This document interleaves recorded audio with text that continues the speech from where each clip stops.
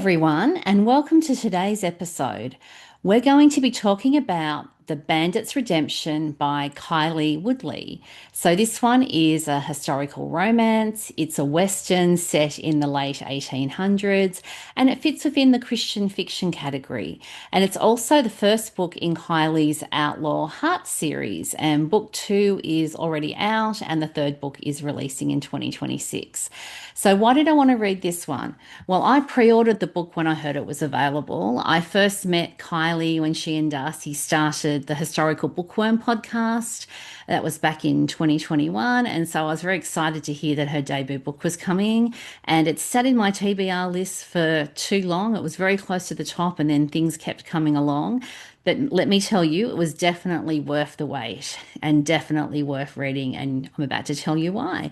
So let's talk about the book. The Bandit's Redemption by KyLee Woodley is set in the territories in the Wild West. So we're in the Idaho and Utah region. So the bottom part of Idaho that's closest to Wyoming and Utah. And so this book has quite a few tropes. Obviously, it's a Western. In terms of romance, we have the enemies to love romance trope, and it is a very good enemies to love. If you're not a fan of enemies to love, I think you would like this one, and I'll explain why in a minute. It also has forced proximity in terms of the romance. So these two people can't stay away from each other, are forced to be together. There's a lot of stuff going on in terms of why they end up being in the same place at the same time. They're also from different worlds. So he's wealthy and lives in Los Angeles. He's American. She's originally French, and she's migrated to the States, and she's basically struggling to survive. And financially, she's not as wealthy as him. So they really do live in different worlds, and they speak different languages. She speaks French. His mother is part French, so he understands French, but obviously English is his main language, being an American. We also have the black sheep bad girl, and so in this particular one, our heroine, it's our leading lady, she's the bandit. So that's also a nice twist because often it's the male that is the bandit, but this time it's the female. We have mystery and suspense, we have action and adventure, and we have a lot of danger. And they both end up in danger for different reasons. So we've got a lot going on in this book. So let's talk about the first lines. And I'm going to read both the first and second line because it will make a lot more sense. So it's 1875, and we're in Los Angeles, and we're in his viewpoint. At last, it had come. Jesse Alexander slid a finger across the mahogany side of the American Optical Compact View camera box. So, at the beginning of chapter one, we're introduced to our hero, Jesse. He's in his early 20s, I think. And as I said, he lives in Los Angeles and has a very comfortable life. His father is wealthy. They have a family business where they've got mines all over the place, including Idaho. So he's not short of cash at all, but he's the heir to his father's businesses, but he's really not interested in being a mining magnate by any stretch of the imagination. He loves his books and poetry, and he's more of a genteel indoor guy, not a rough out in the mines outdoors guy. So his father, of course, is pressuring him and wanting to encourage him to do more in the family business, but he's very reluctant to do that. But he's really running out of reasons as to why he's not going to be involved in the family business. So, anyway, at the start of the story, we have his sister. And the reason he's bought this camera is that his poor sister has moved back home. She was married and had a terrible marriage for a whole bunch of reasons and needed to leave. And she's returned home and she's withdrawn. She's melancholic. She's probably depressed would be my guess as well, with a whole lot of stuff that's happened. And so Jesse wants to cheer up his big sister, and so he's bought this camera and he struck a deal with her. And if he takes a photo of this lake that they both have fond memories of and have been to, then she will agree to go to France with him because they have family in France. And he thinks that if you can get her out and about and traveling rather than stuck at home, then that would be a good thing for her because he's really, really concerned about her. So his father has insisted that he travel to Caribou Mountain in Idaho, where they have a mine, and that's near where this lake is. So Jesse's off traveling up to the mines, and it's not really what he wants to do, but family obligation means that he's not going to say no to his father, even though he thinks there are other people that could be more suited to the role. So off we go to Idaho. And then we have Lorraine. So she's early 20s. I would guess she's the migrant from France. So she's moved there after the war and all the troubles in France. And she's a circus performer, and she's been living on the East Coast in the US with the French community of people that she knows there. So, what's happened is that there was a Bloody Week uprising in France in 1871, which is after the Franco Prussian War ended, which was effectively a war between France and Germany. And an amnesty's been signed, but a lot of the people didn't agree with the terms of that. And so there was an uprising of the people. And Lorraine got caught up in this uprising, as did her mother, and her mother passed away. And that has been very, very hard for Lorraine because her mother was her only family. Her father was a soldier, but I can't remember whether he died or isn't in her life, but she really only had her mother. And when she lost her mother, that was her living family that she lost. So she's had to rely on family friends. And her mother was effectively a gypsy. She was a traveling nomad and lived a very carefree lifestyle. And that's where Lorraine grew up. So she grew up traveling with the circus. And so as she's fallen into being a circus performer as she's grown up as well. And so she very much sympathizes with the French people, particularly the ones that got sent to the colony in New Caledonia, which is in my part of the world near Australia. And she wants to make money, and so to send money to help these people. And so there's a family friend who has said that he can send money to New Caledonia to help the displaced French people there. And so she gives him money, and she's been working for him. And the job she's currently doing is working for him. And it's the first time she's done anything like this. And it's very much out. She really goes into this in a very naive way, not really thinking things through or having a perspective where she can justify the means to because of the end. But that's really not going to be particularly helpful logic as the story unfolds because she ends up being involved and participating in a stagecoach robbery. And that's what brings us to our meet cute. So we have the stagecoach, and Jesse's on the stagecoach. And so we're in Lorraine's point of view, and she's with these gang of criminals, and they're really rough men as well. And so she's the only woman there. And they hold up this stagecoach to steal the gold. And she doesn't really know anything about who's there or what's going on. And so she's completely taken by surprise when they kidnap one of the people that's in the stagecoach. And the person they actually kidnap is Jesse. And she ends up having to watch him and make sure he stays tied up and doesn't escape. So we start off immediately when they first meet as absolute enemies because she's being really horrible to him because not only has she robbed him of his family gold, but they're now holding him captive and not treating him particularly well. And so there's a whole lot of stuff that's going on. So we start this story with an absolute cracker of a meet cute, and that rolls into a whole lot of danger and action and stuff that's going on in the story. And there are so many problems. We have the romance with the enemies to love dynamic that's very genuine enemies to love. So there's a lot of things that will have to be unpacked for this romance to work. We've got the mystery. So Lorraine has no idea why Jesse's been kidnapped at all. And that becomes a big question in the story that she and Jesse need answers to. And these criminals are obviously untrustworthy. They're not very nice people. They double cross each other. They don't tell the truth. And so Lorraine and Jesse end up in a situation where they are forced to help each other to survive because both of their lives end up in danger because of things that transpire during the story. So there's a lot of danger, and they're from different worlds. And she doesn't really speak English. She mainly speaks French. Jesse has an advantage because he can speak French, but the other gangsters can't speak French and understand it. So that does actually help with some communication. So they have that common French background by his mother and her family, but otherwise they're very different people.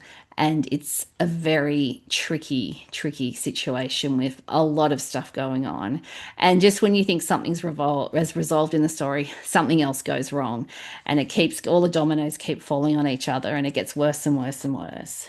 So I absolutely love the story. The whole classic Western tropes in the book. I just loved it. The action and danger. It was a complete page turner because I was so worried about the characters and what was happening to them. The mystery was intriguing, and I really loved the way it played out in the story and what the resolution was to that.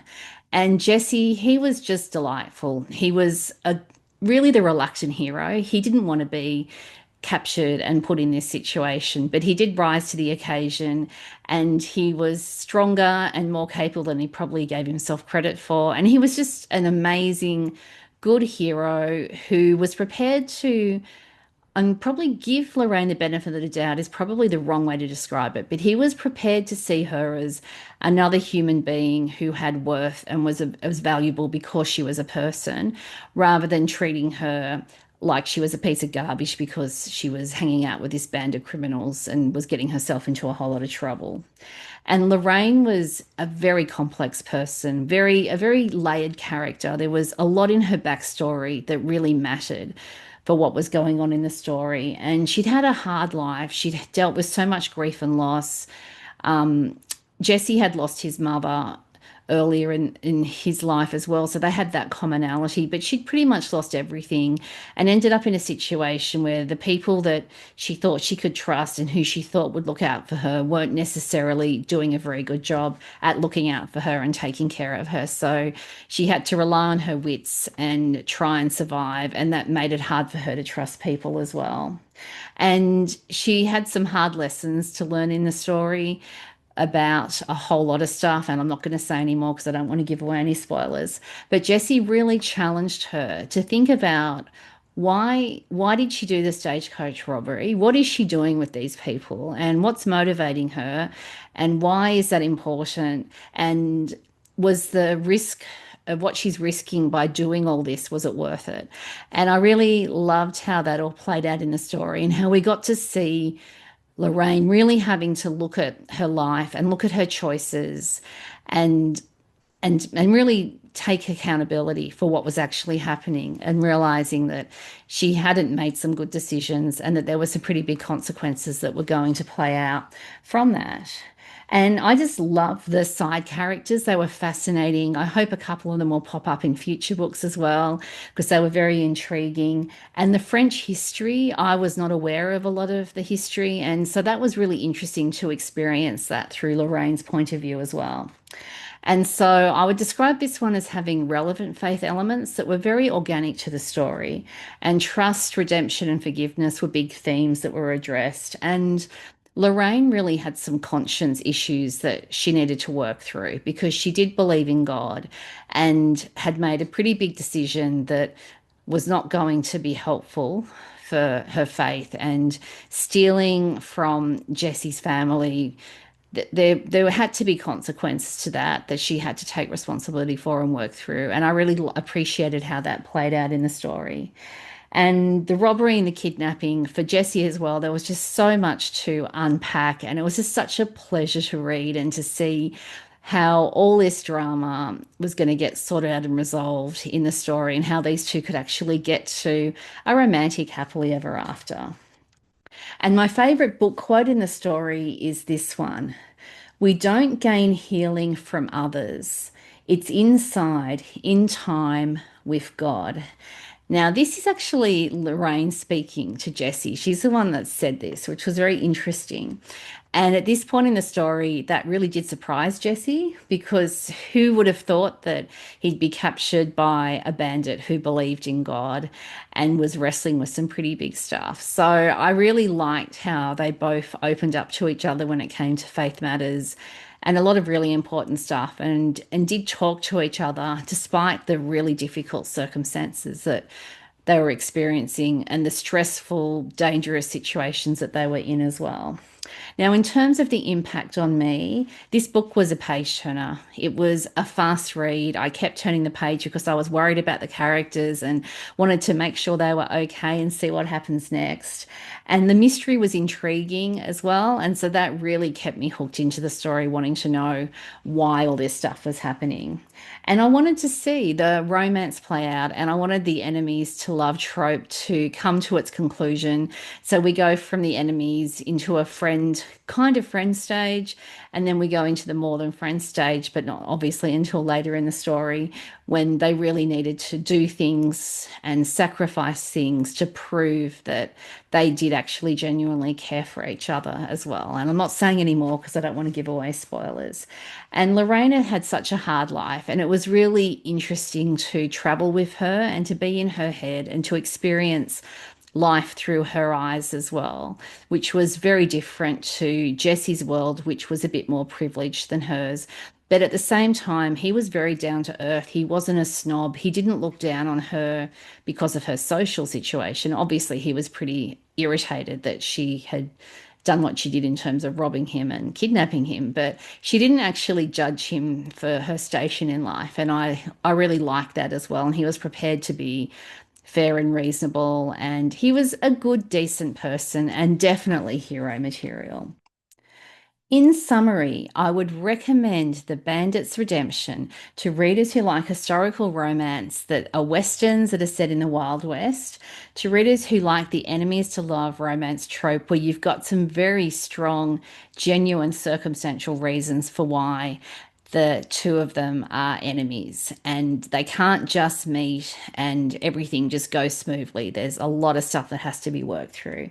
And if you like a strong, independent bad girl who needs to be redeemed, then you'll like this one. If you like the hero who is the reluctant hero who is not the type A man out there looking for adventure, but he gets thrown into a situation and we actually see his character and what he's made of, and he gets the job done and does the things that need to be done, then you'll like Jesse in this one.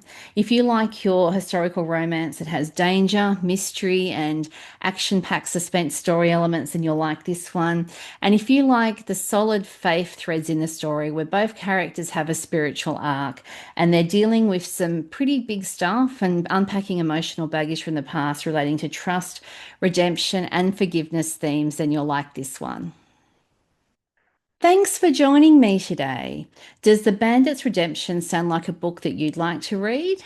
Have you read it? What did you think? You can let me know. If you're listening on the podcast, you can send me a text via a link in the show notes.